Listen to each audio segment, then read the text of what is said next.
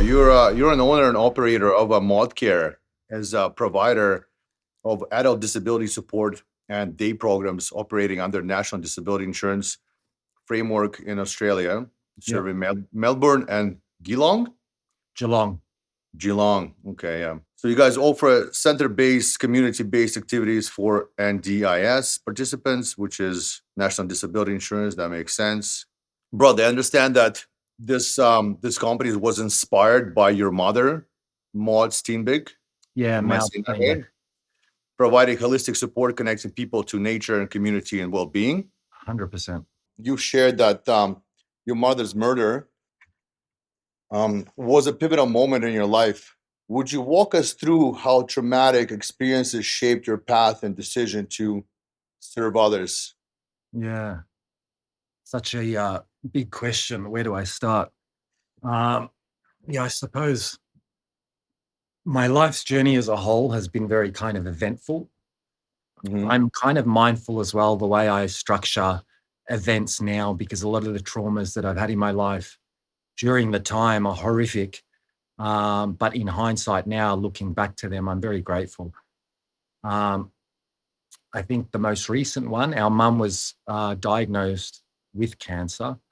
And then a few months after her diagnosis, there was an incident that happened within the local area that she was living in, where an individual that was in a psychosis with mental health issues, and drug addictions and that kind of thing, was trying to get into people's houses throughout the streets, and made his way into our mother's house, and killed her. It was a bit of a story behind that. She was on a Skype phone call overseas to her brother. I was at a meeting probably about half an hour away, and I got a call from my uncle, who said he was on that Skype phone call with my mum, who said, "Hey, there's something going on with your mum. She's screaming and yelling. Can you go check it out?" I was about half an hour drive away, so it was a bit of a distance for me to get to, but my brother was at the gym just down the road. So I gave him a call and I said, "Hey, bro, I think everything's okay, but can you just go past home and see if mum's okay?" Schuart said that, Schuart's my mum's brother, said that, he heard yelling and screaming. Uh, yeah, my brother went over to the house, and yeah, he confronted a man in the house. He could see him through the window, who was going off preaching the Bible. He was clearly in another state, and confronted him. Went around the back, tried to get in the house, opened the door. My dog at the time as well was kept in the garage. He let my dog out of the garage because he was barking that afternoon, so I put him in the garage before he went to the gym. And then, yeah, the guy kind of lunged at my brother. We had an old traditional Balinese wooden thing in the house that he used to kill my mum.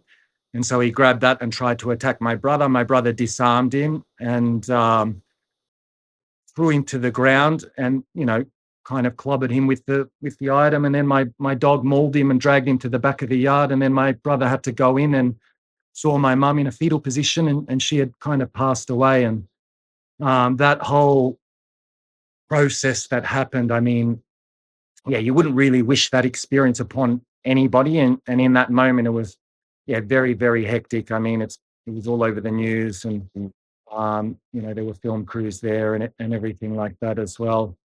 Um, and that was kind of one of the more recent traumatizing events, um, that, yeah, kind of led us into what we're doing now. And I suppose with that, and with all my other life experiences, um, my brother and I put together a company in honor of her. Her name is MAUD. The company's name is ModCare, to help people like that have mental health issues, that have drug and alcohol dependent issues, and to kind of, help heal and try and understand from another level through, compassionate eyes, and not judgment, and not what they've done to us, but why are they doing what they're doing? Hurt people hurt people. And as a society, it's always easy to, see what people have done to you. Um, but it's a lot. more helpful for everyone involved to try and understand, you know, why people why people do what they do, and why they're hurting, and yeah, I suppose that's kind of um, that vision that we kind of looked out from, and then created this company to try and help people like that. Yeah, bro. Yeah, you Yeah, had every right to just be mad at the world for that and kind of go completely the opposite way with that, but you decided to go and solve like the core of the problem. Fuck, solve the fucking issue. Like the impressive, bro. So, bro, can you please tell us about your mother's share your story about her values and how you chose to carry them forward? Was that her um values as well? yeah. Well, our mum, I mean, going back into the trauma, we had a lot of childhood trauma as well in our life, but our mum was also an addict, an alcoholic for a number of years of my childhood, all the way until I was 17. And, when she was sober, she was the most incredible person. But I suppose in those good moments in our life, the way she raised myself and my brother was really connected with nature, really connected with animals. And it was much more of a holistic kind Holistic. of Yeah. approach to raising myself and my brother.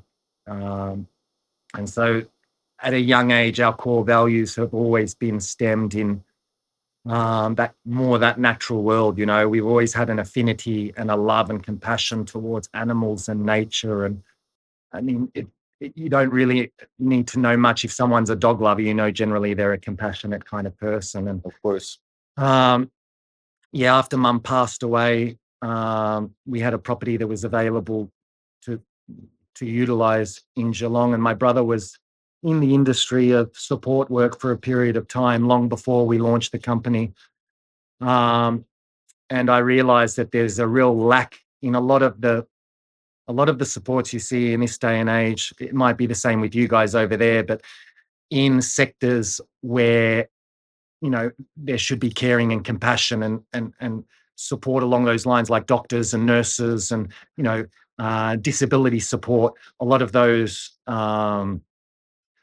those sectors where you think there would be a lot of compassion, it's kind of null of that Zero. compassion. Yeah, Absolutely, I agree. Yeah, fucking it's zero. it's Yeah, it's crazy. It's void of that now, and unfortunately, I feel like the way it's structured, and um, a lot of it is probably the way the employees are not being appreciated by their employers and stuff. Unfortunately, it holds on to people that don't have that much compassion, and so we saw that happening within the NDIS, and we really wanted to bring that holistic, compassionate, kind of empathetic based values with strong family ties, creating a family into the industry to make real change. And I suppose with the tragic circumstances that had around mum and my own life experiences through my life, being an addict as well, I don't like to attach myself to any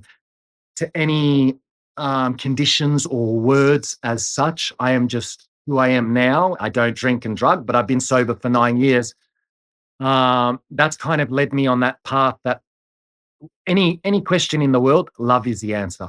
It always is. one It hundred doesn't. percent. Love Yeah, is whatever. What is the question? Love is the answer, and that's where we kind of come on board with our kind of values, our core values, our customer support and service that we provide to families and loved ones, and our methods of supporting clients. Um, and yeah, it's just exploded. The growth we've had is just unbelievable, and it's really testament to the level of work, the connection, the authenticity that we have with our clients, and the care that we put in, and that all comes from our life experience, both myself and my brother, and our mum as and your well. mom. Yeah, You know, that's beautiful, bro. That's and we really turn thank you. and we turn a story of kind of sorrow into our strength, our power, our superpower, Yeah. where we can utilize this to help and heal people that need it the most. This individual that did what he did to our mum, he's not an assailant, he's a victim. In Hmm. his life, he didn't have what he needed to have. His mother was a prostitute. He had a rough, horrible childhood that set him up that way.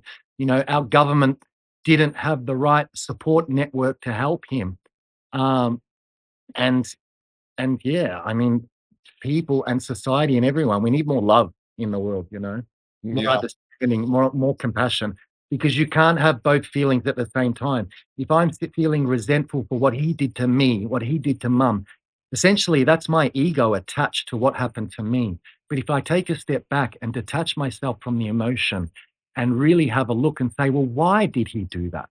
What made him do that? What poor soul would do that? He must be so hurt and need healing himself to do that. And then very quickly, I swap that feeling that is resonating within me with, instead of resentment, compassion, because I can't have both of those feelings at the same time, and I have a choice.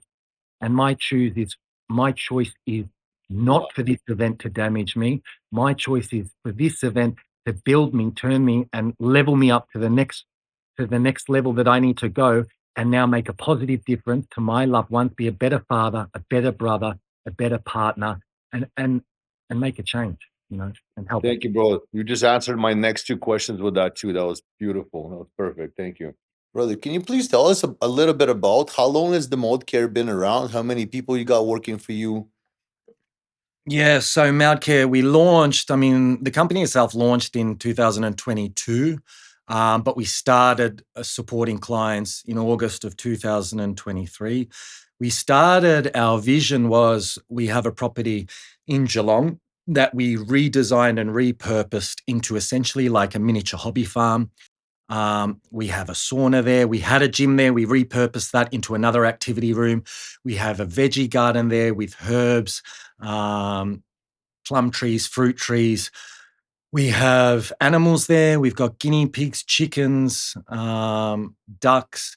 So essentially, we've set up like a very holistic, Factory. self-sustainable little hub. Within the facility itself, we have different activity rooms that we provide a multitude of different programs, being arts and craft to daily living skills, helping teach participants how to engage into community, um, which also includes like finding jobs and that kind of thing. Different activities around getting out and about and doing activities that they want to do in the community. Equine-based therapy as well. We have a connected farm as well that we utilize for horse riding and engaging with more farm animals. And we kind of started with that hub in Geelong, and then we started expanding outwards into in-home care, so helping clients within their homes with kind of daily living, cleaning up around the house, tasks and chores around the house, community access-based programs, getting out and about into the community, and anything where our core values kind of resonate with. And that's kind of, yeah, how we started. And then just, I suppose, we do no marketing or anything whatsoever. We just over service our clients to the best of our ability. Yeah, our core values, it's very important for us to provide a level of customer service with families and participants. And I suppose what we have done there without any kind of marketing has helped us expand and grow really quickly to a point now where we're looking to purchase now another day service in another area. We have just over 50 staff now in a 2-year period. Wow, bro. Um, That's a lot of people. That's yeah, impressive. and we've changed lives, like the stories that we hear on the daily basis of our participants where, they've come to us and they have huge amount of traumas and they're dealing with different psychosocial elements, drug and alcohol dependence issues, anxiety, different things. And through our programs, through True Connection, through building connections between our peer mentors and them, we're able to really come leaps and bounds in our participants' lives and help them achieve so many goals. And so we get to see them before and then see them during their journey and then after. And in so many cases, to see the development process happening, it's so, so special. It's so rewarding. The Um, gift. it is really cool. It's Truly. really cool. And that's that fire inside my heart that just, it makes it all worthwhile, It's just incredible. Because obviously running a business, like there's a million things that come at you every day. You never know what's going to happen.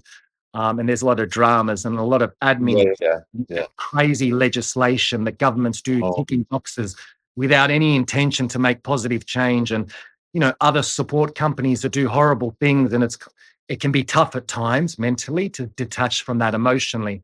But when you see the outcomes of clients, yeah, it's just, It's it's just awesome. worth it. Of course. Oh, it's so good. Beautiful. Okay, brother, we were just talking about the changes in people, right? So for participants, like this has to do with your mother, of course, especially with that guy who did that, right?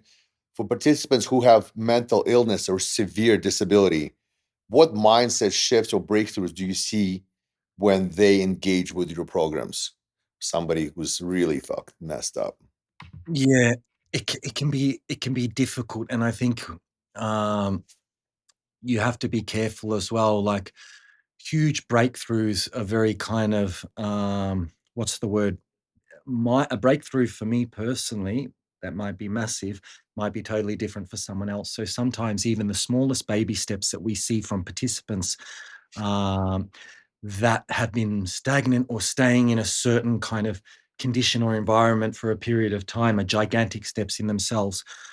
We're also in, I mean, there's also, it can be difficult too with some participants because a lot of people in general, participants or not, just the mindset of people in general these days, many people prefer to stay in a victimized mind state. It's a safe place for them to be in.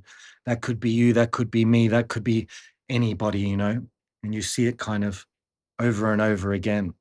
Yeah. Yeah. Um, and I mean, that's something that we see as well. And in some cases, with participants, you can only help as much as an individual, participants or not, are willing to help themselves. You know what Exactly. Yeah. you can lead a horse to water, but you can't force it to drink. Mhm. It's up to them. But yeah, I mean, huge different participants to get huge different kind of outcomes that we have. We had one participant that was a female that has had past traumas around connecting with males and that kind of thing. She actually came into our program. She's schizophrenic as well, so she has a couple different dual personalities that she deals with. Mhm.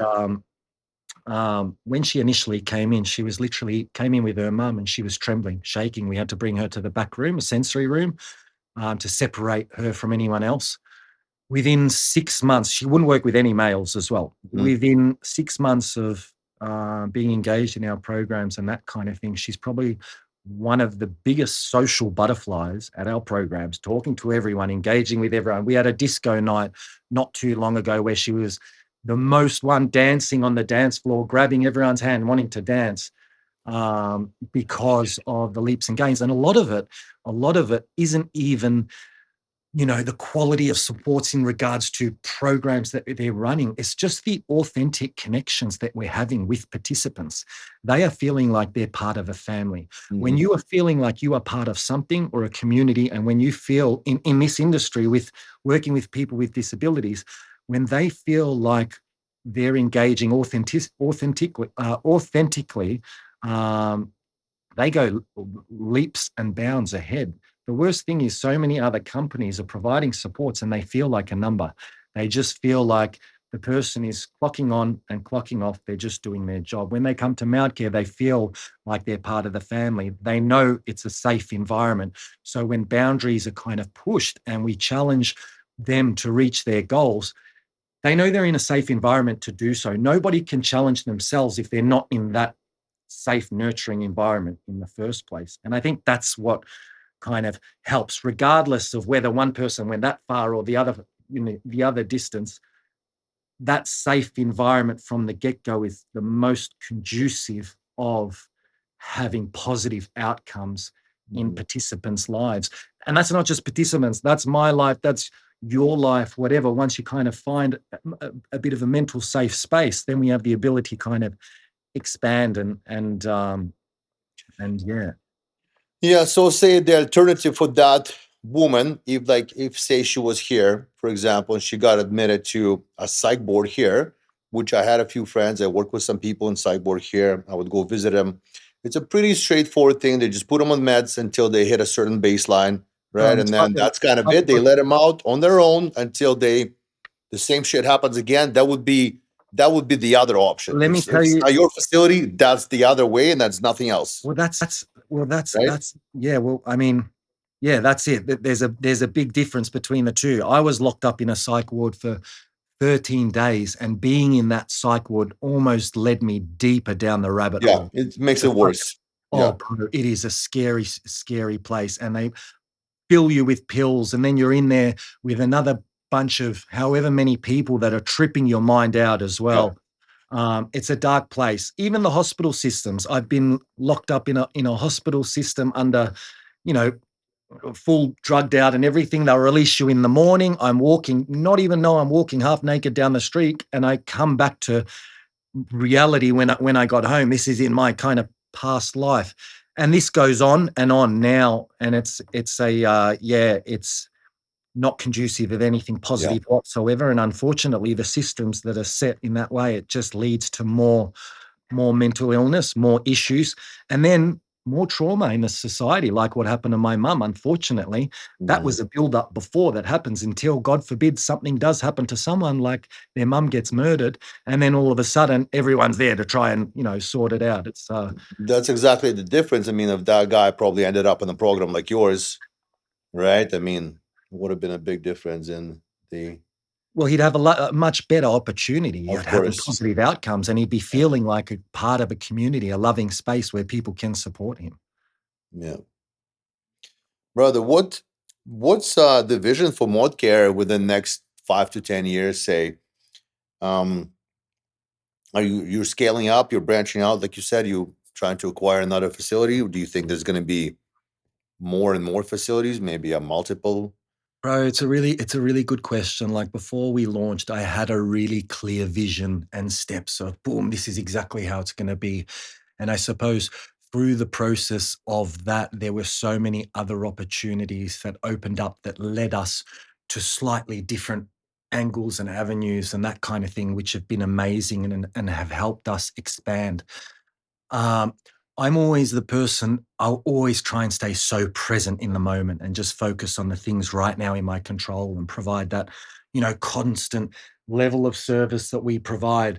And the end goal always slightly changes, but really the end goal here for me would be to, really take a foothold in the state that we're in within Australia, and expand to, 10 or 12 day services across Victoria, providing that holistic level of care where we have a bunch of facilities and farms supporting all of Victoria, pardon me, and challenging all of the contemporary other supports that, Yes.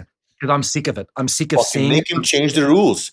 Play by fucking their rules changing first and rules. make him change everything, I'm done with it. Like, I'm Yeah. sick and tired of hearing the stories that other providers are doing with participants, and it's just ticking boxes these days. It's like, we're very kind of politically correct down here in Australia, where at the bottom of their email, they have to say, thank you to the local tribe. Thank you to the Aboriginal people. We respect LGBTQRST. Yeah. And they can't even return a fucking phone call to a client. They'll leave them hanging for 7 days.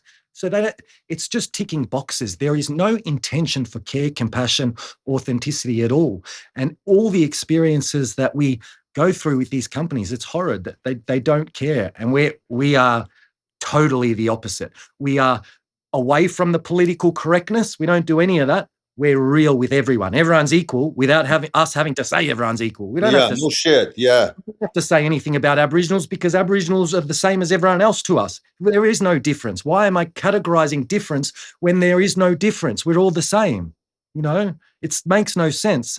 Well, this is what they're kind of doing. That's their purpose. They want to say that just so you feel the separation. Yeah, that in itself deeply creates the separation. Exactly. Which creates Just more those statements control there alone. Yeah. by doing it. Exactly. Yeah. But yeah, we want to get big and make it a big positive change, and help as many people as we can, and kind of change. It happens where these big companies take over and they're running it all, and then they're making the rules. Coming up to that level to hold them accountable as well, to a level of customer service and that with participants and clients and that kind of stuff.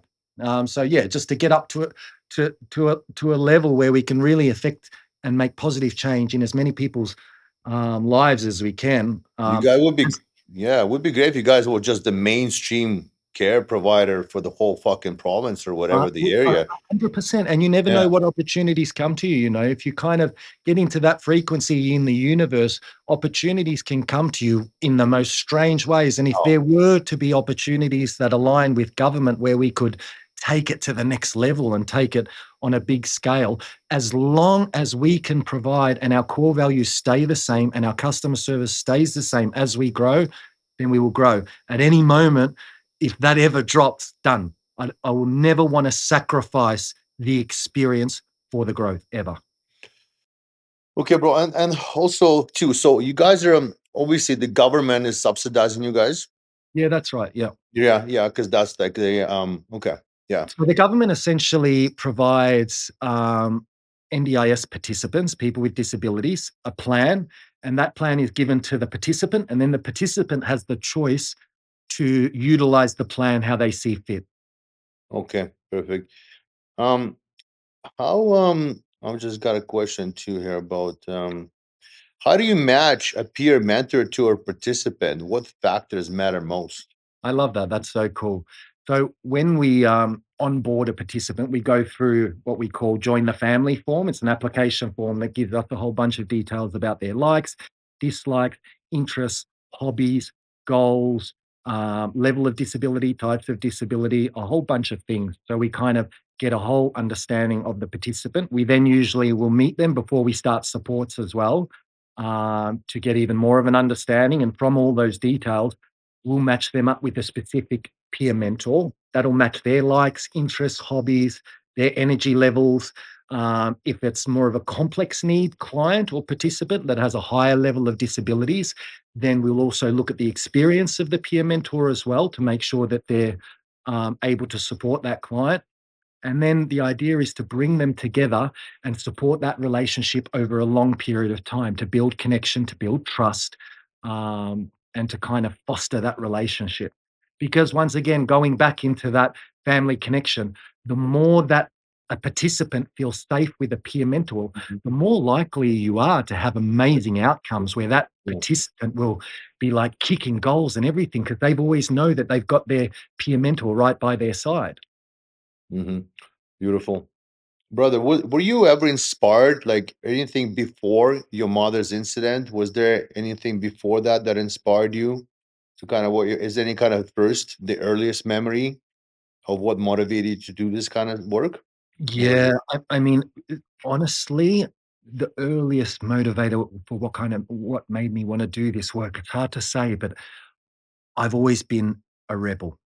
I've always Mhm, been a rebel. I've always gone against the grain. I've always been, doing what's right. Like, if someone was getting bullied, I would jump in to help that person out, and I hated when I would see things, and I think it stemmed from my child trauma for some of the things that I saw in our family network that I couldn't help, that outside of that, I would always wanna defend the underdog and that kind of thing, and so in this industry, kind of not directly the reason why I'm in it, but why I'm so passionate about it, is because there are so many people out there that need this kind of support and that benefit from this kind of support.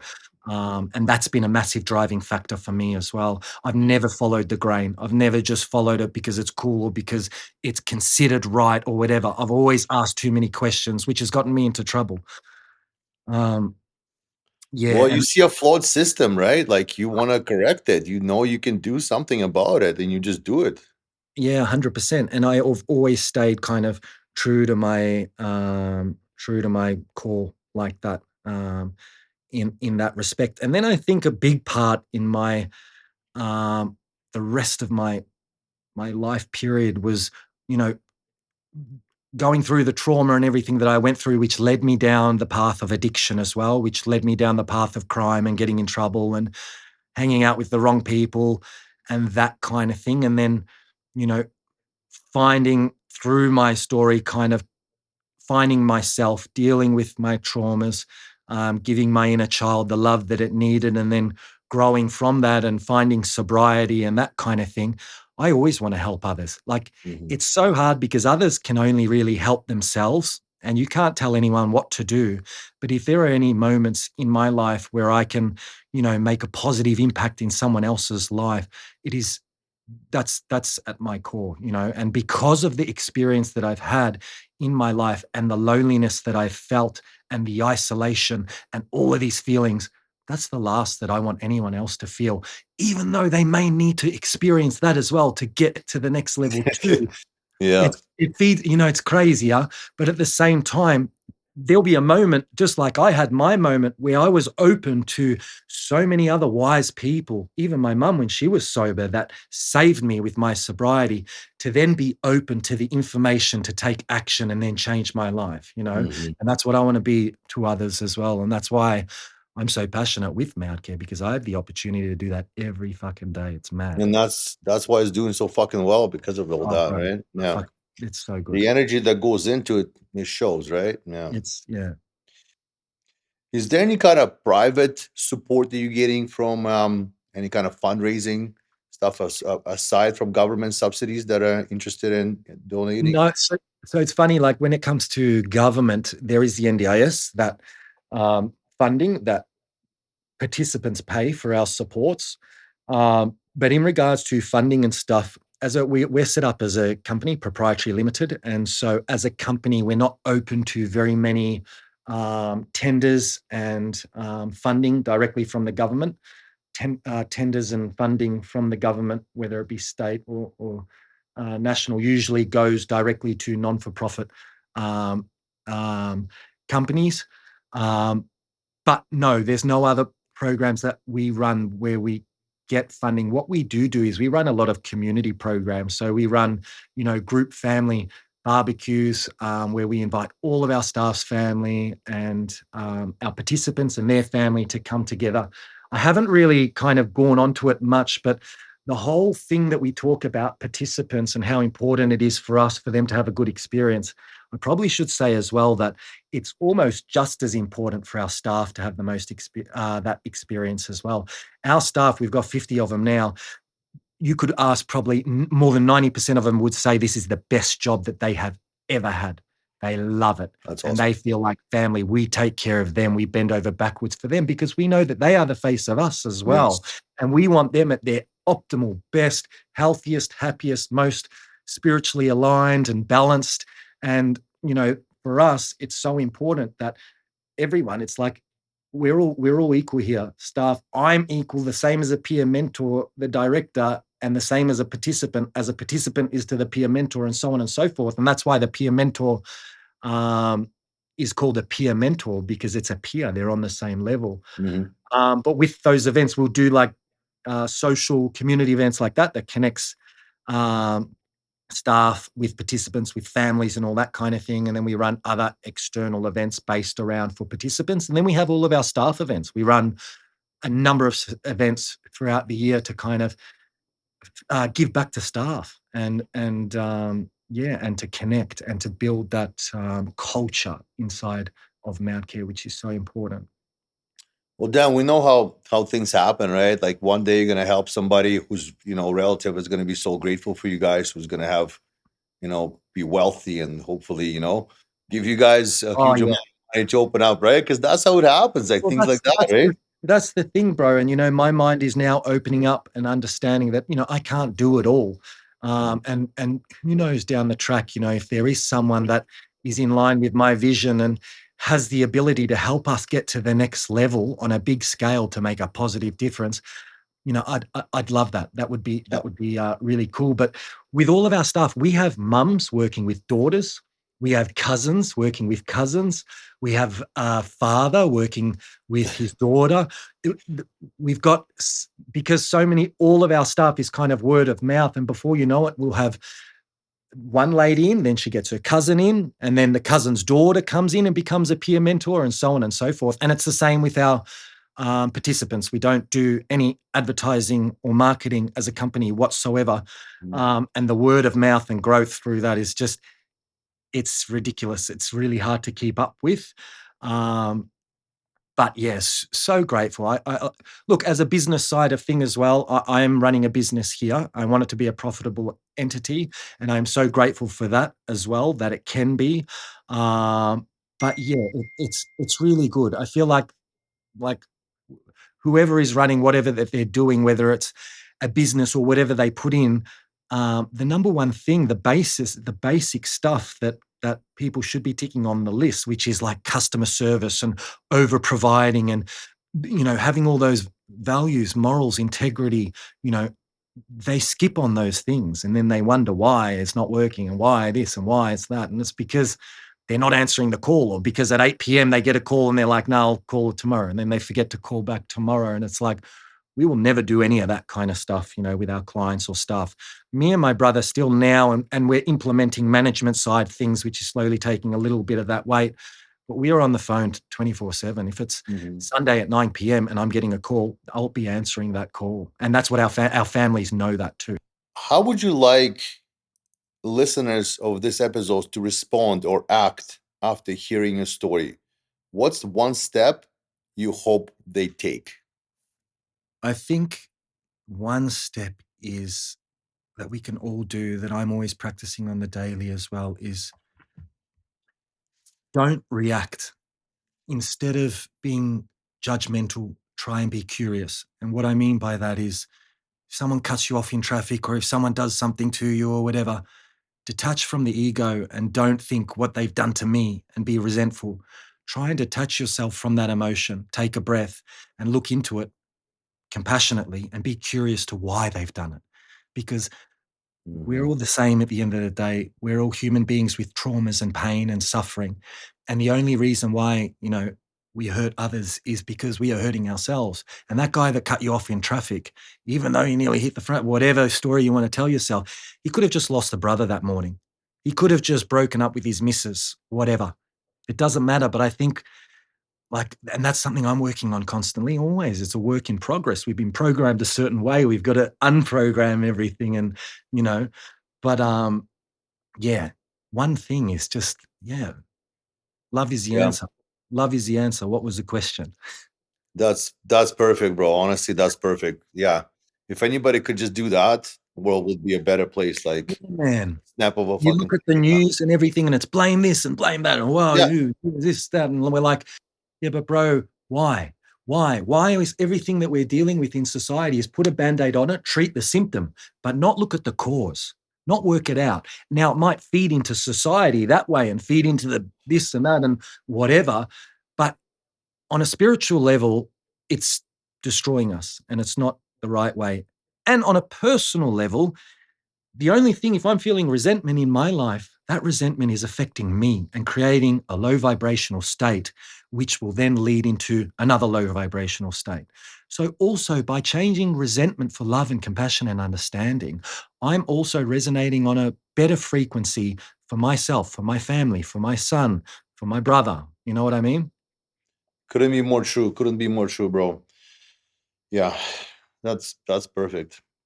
Yeah, where can we find out more about ModCare? Just everything is on the website. Probably we'll post a link down there, right, in the comments. Okay. Yeah, we've got MAUD, which is the website, www.moudcare.com.au. And we've got an Instagram as well, which is really cool. You can see and get a feel for what we're about. There's lots of videos and photos and fun stuff up there as well. Brother, do you have some kind of maybe like a role or a mentor? If you could invite one person for dinner, deceased or alive, and pick Wow. their brain about purpose and service, who would it be and why? That's tough. You know Yeah. what I really resonate with? I can't remember his name. I would be Jordan Peterson. I love that guy. I think he's Oh, wow. spot on everything. Yeah. Yeah. I really resonate with Taoism philosophy, Mhm. which is an ancient kind of Chinese way of thought before Confucianism. Mhm. I think his name is Lao Tzu. Yeah. From memory, I might be wrong. We got But a confirmation over here from the video guy. He says yes, you got he it right. says, yeah, that's it. Because Now there's another one. There's he's another one reading the about. book right now. Oh, bro, and you know what? I, it's unbelievable to read because it's the most simple concept that you could ever understand that is the most difficult thing to understand.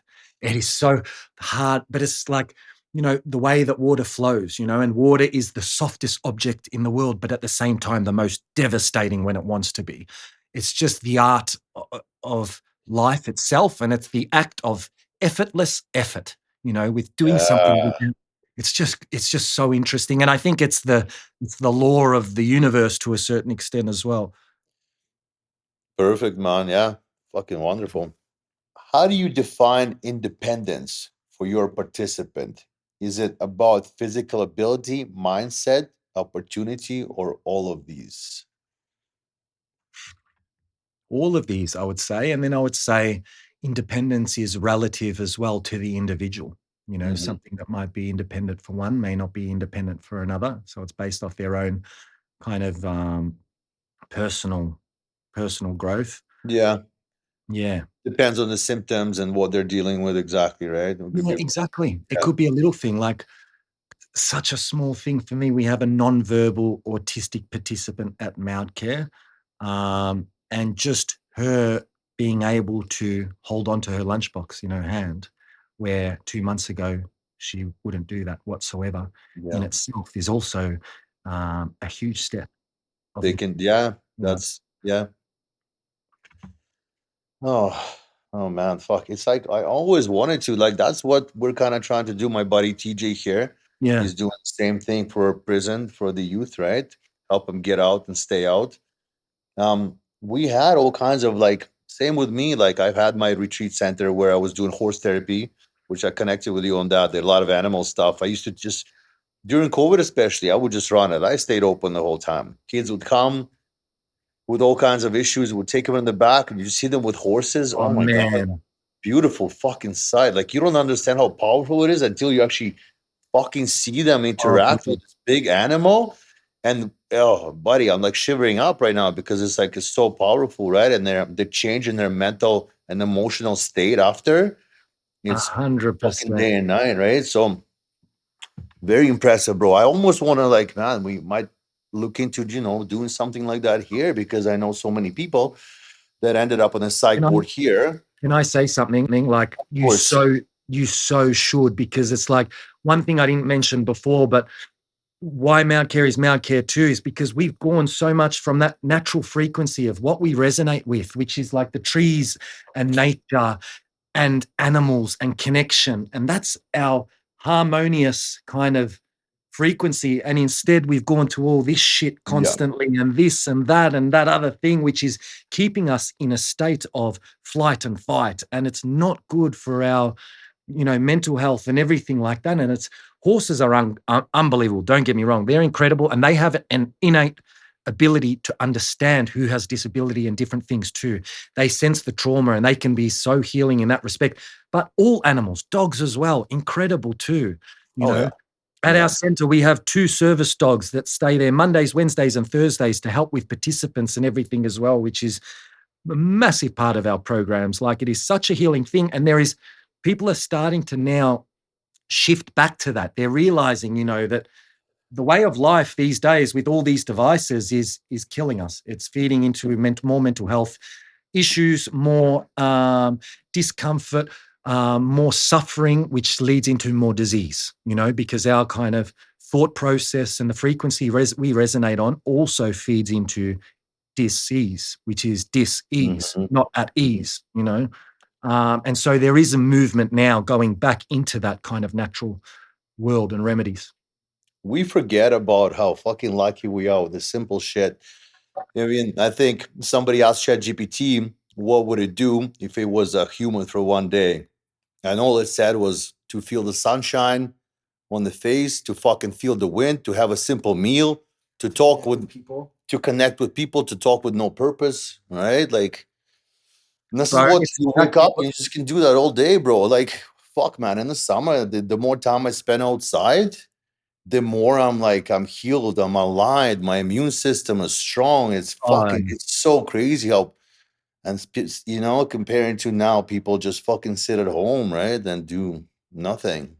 well, Yeah. that's it. And it's like, exactly what's on your wall. I love that, by the way, the gratitude, but for the most simple and little things, when the sun comes out and you feel the warmth on your skin.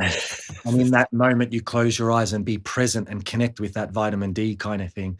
It's so important. And all of these devices that we're on, they're constantly keeping us out of that moment. They're constantly keeping us in front of here, looking at Kim Kardashian's ass and wishing that my ass was a bit bigger like hers, and so on and so forth, and seeing what we don't have, but not showing us what we do have, and being grateful for that, because it could be always so much worse off. I remember when I was in prison, like I just missed the wind in my face while I was driving. Amazing. The one thing that I was just like, you're there, you would never think about it when you're on the outside, and it's like you're there, just fuck. All I want is the fucking wind in my face and the roll down window of the car. You know what I mean? How fucking simple as that. But how And I was special, like just missing that so much, bro. It was fucking how crazy. special were you able to like get that lesson from that little experience that you had? That in itself is so special as well, that you got Yeah. to have that too and feel it like in your core. To know that Yeah, that to could know be a that. fucking feeling that you miss, right? And that's it. Sometimes people like, and I suppose that might be for you and for me, that, we had to reach our rock bottom to kind of turn around as well. Like the phoenix being born again. Out of ashes comes something new and reborn. That's part of the journey in a lot of instances, Yeah. Thank you, bro. For families of people with disabilities or mental illness, what are the 3 things you would tell them to focus on that often get overlooked? It can be really, really difficult. And I think the question there for mental illness, a lot of the time it's intertwined with drug and alcohol dependence as well, a lot. It's like, what came first, the chicken or the egg? Is it the drugs and alcohol, or is it the mental illness? For families, I think it can be really hard. One thing is, be careful that you are um, not in a codependent relationship as such, but you're not enabling. I think a lot of times, family members, and I know from my own experience, people that loved a loved one that are drug and alcohol affected are trying to help, but what they're indeed doing is enabling them to stay in that toxic behavior.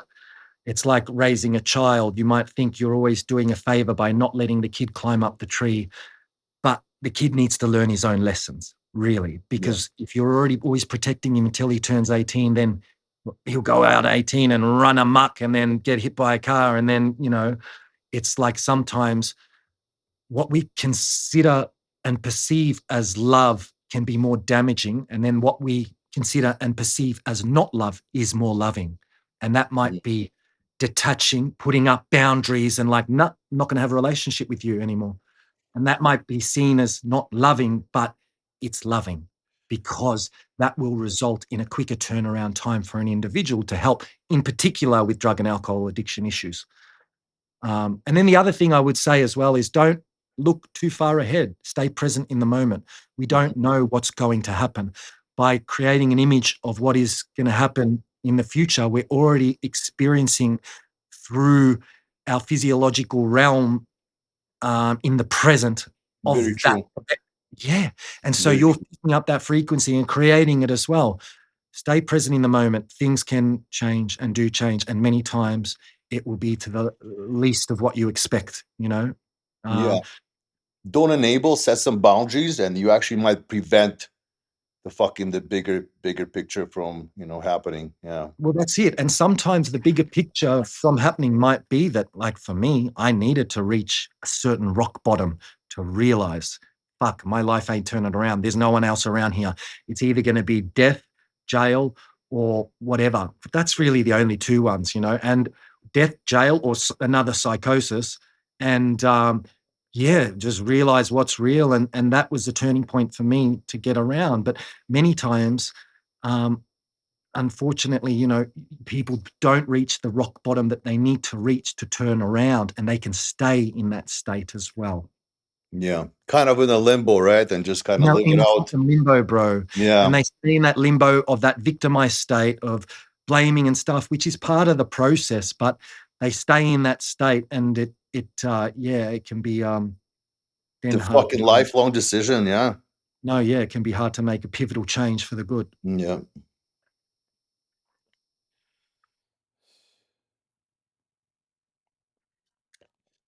Well, brother, maybe we'll got the last question here. Just for somebody who's gone through some tragedy and trauma, like you have, like obviously you have experienced some crazy shit, bro.